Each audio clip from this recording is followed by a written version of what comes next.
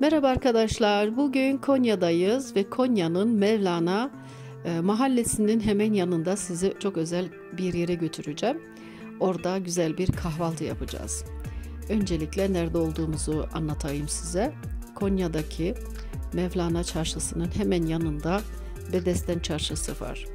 Bedesten Çarşısı çok tarihi bir çarşı. Orada Kapı Camii falan var.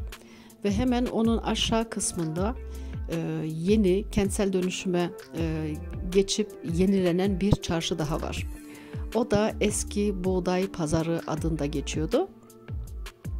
Burayı yenilediler ve birçok mağaza yeni bir yüz ile şu şekilde gördüğünüz gibi kumaşçı var, baharatçı var, ondan sonra böyle geleneksel ürünler satan yerler var. Her çeşit mağaza çeşitlerini, butikleri bulabilirsiniz. Şimdi o çarşının içinde, yani eski Buğday Pazarı diye geçen yerdeyiz ve ortada güzel bir havlu var. O avlunun içinde bakın hem çay kahve içme yerleri var ve ben sizi bugün özel kahvaltı yapmak için Palize'ye götüreceğim. Palize belediyeye ait bir yer. Hem kahvaltı hem de mandıra diye geçiyor. Ve Konya'da iki yerde var bu Palize.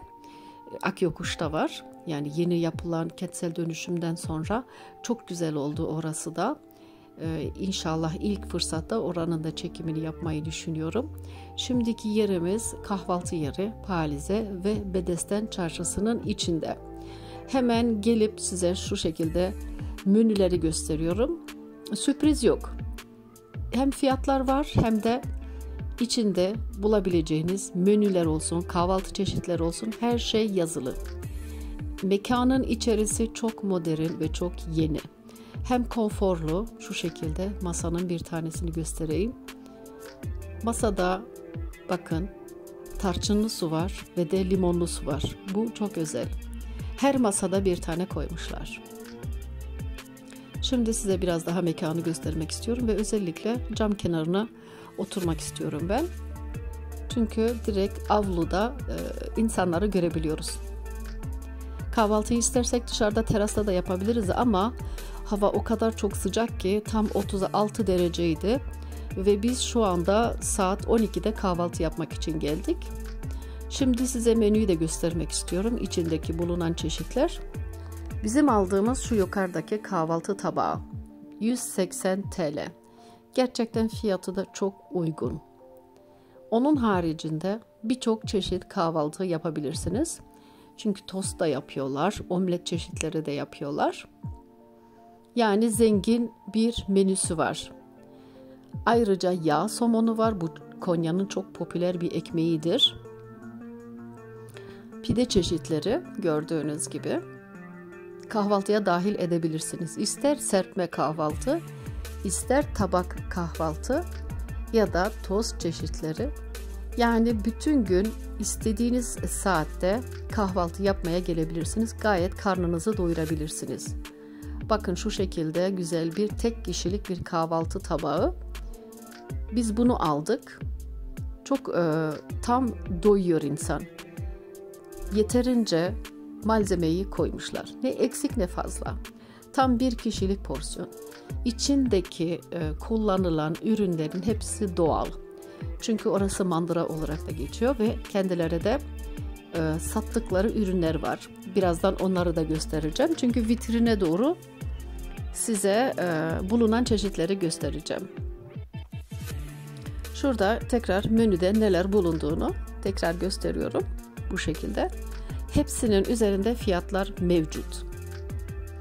İşte kahvaltı tabağımız da geldi. Bakın ne kadar lezzetli bir tabak. Yanında çay, termos içerisinde. Bu şekilde bir termos, 2 kişilik rahatlıkla içebildik yani. Bayağı bir çay vardı.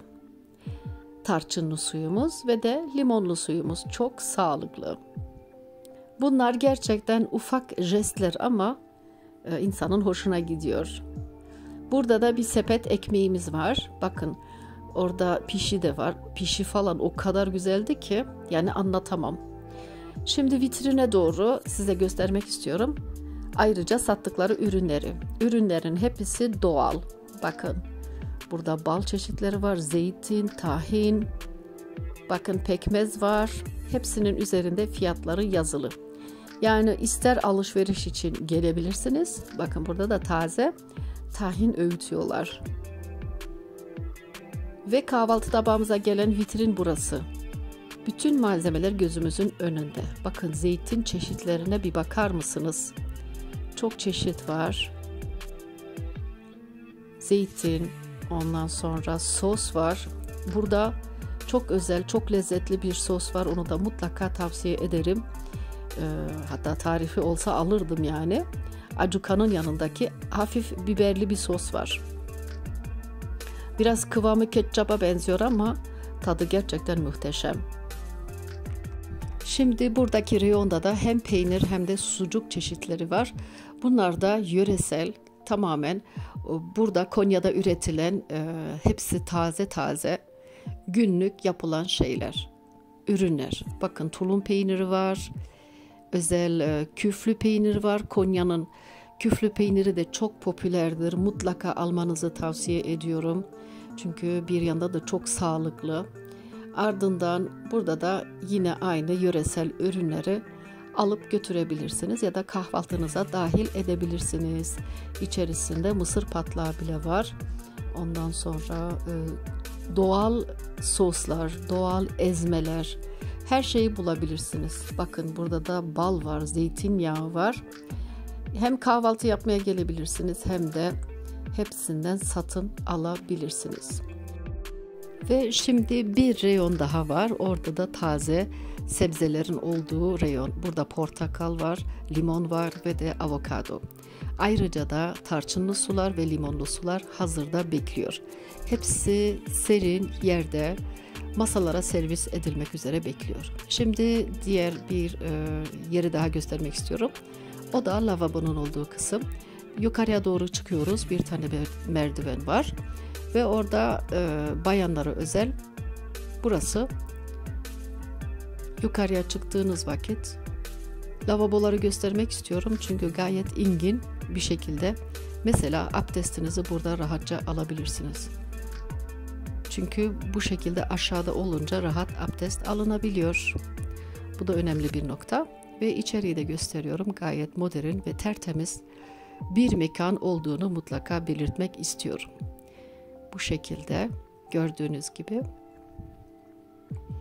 Bir de yukarıdan görüntüsünü göstereyim size. Palize kahvaltı salonunun harika bir yer. Gerçekten tavsiye ederim. Böylece size güzel bir mekanı tanıtmış oldum. Umarım videomu beğenirsiniz. Kanalıma abone değilseniz abone olursanız sevinirim. Bir dahaki videoda görüşmek üzere. Hoşça kalın.